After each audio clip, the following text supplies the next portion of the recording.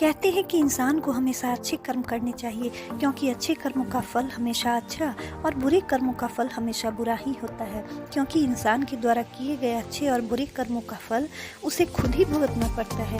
इसलिए इंसान को हमेशा अच्छे कर्म ही करने चाहिए।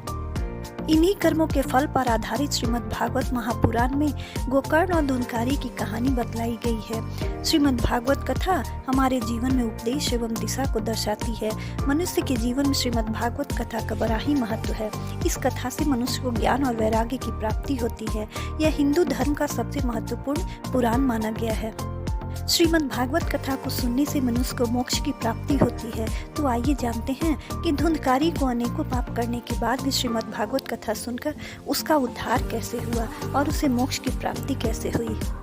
एक समय की बात है, तुंगभद्रा नदी के किनारे आत्मदेव नामक एक ब्राह्मण रहता था। वह बड़ा ही विद्वान था, पर आत्मदेव को सबसे बड़ा दुख यह था कि उसको कोई संतान नहीं था। एक दिन आत्मदेव को किसी जंगल में एक संत से मुलाकात हुई। उसने संत को अपनी पीड़ा बताई। उस संत ने उसे एक फल दिया और कहा कि इसे अपनी पत्नी धुंधली को खिला देना। लेकिन धुंधली ने वह फल खुद न खाकर वह फल गाय को खिला दिया। वह बच्चे को जन्म नहीं देना चाहती थी, क्योंकि उसे डर था कि गर्भवती होने से वह कमजोर हो जाएगी, उससे खाना ठीक से बैठकर नहीं खाया जाएगा। वो इसी चिंता में दिन रात रहने लगी। एक दिन यह बात उसने अपनी बहन से कही। धुंधली की बहन ने उसे एक युक्ति बताई। उसने कहा कि मैं भी गर्भवती हूँ, इसलिए जब मेरा बालक होगा तो मैं तुम्हें दे दूंगी। तू मेरे पति को कुछ धन दे देना, वो तुम्हें अपना बालक लाकर दे देंगे और लोगों को लगेगा कि इसका बच्चा 6 महीने का होकर मर गया। तब तक तू घर में छुपकर सुखपूर्वक रहना। मैं रोज तेरे घर आकर बच्चे का पालन पोषण करती रहूंगी। तब तक तू यह फल जाँच करने के लिए गाय को खिला दे। धुंधली की बहन ने धुंधली से जैसा कहा, धुंधली ने वैसा ही किया।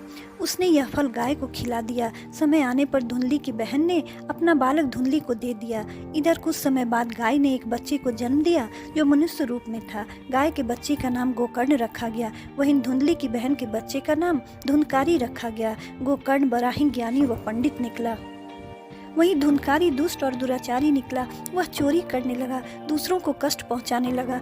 अंत में उसने अपने पिता की सारी संपत्ति नष्ट कर दी। इससे दुखी होकर आत्मदेव घर छोड़कर वन में चले गए और भगवान की भक्ति में लीन हो गए। धुंधकारी की माँ घर पर ही थी।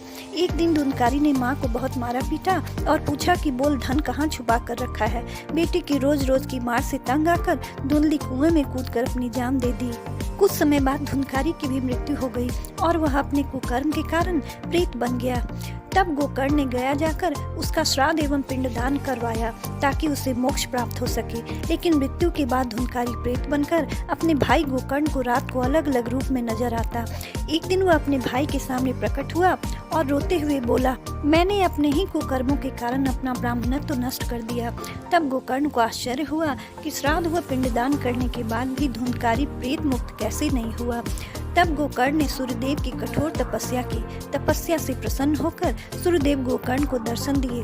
तब गोकर्ण ने सूर्यदेव से इसका कारण पूछा। सूर्यदेव ने कहा, धुंधकारी के कुकर्मों की गिनती नहीं की जा सकती है, इसलिए हजारों श्राद्ध करने से भी इसे मुक्ति नहीं मिल सकती है। केवल एक ही उपाय है और वो है श्रीमद् भागवत कथा। तब गोकर्ण ने श्रीमद् भागवत कथा का आयोजन किया, जिसे सुनकर धुंधकारी को प्रेतयोनि से मुक्ति मिली और मोक्ष की प्राप्ति हुई। इस प्रकार एक पापी का उद्धार एक अच्छे कर्मनिष्ठ व्यक्ति के द्वारा हुआ। अगर आपको ये कहानी अच्छी लगी तो प्लीज़ शेयर करना और कमेंट करना ना भूलें। Thank you. नमस्ते।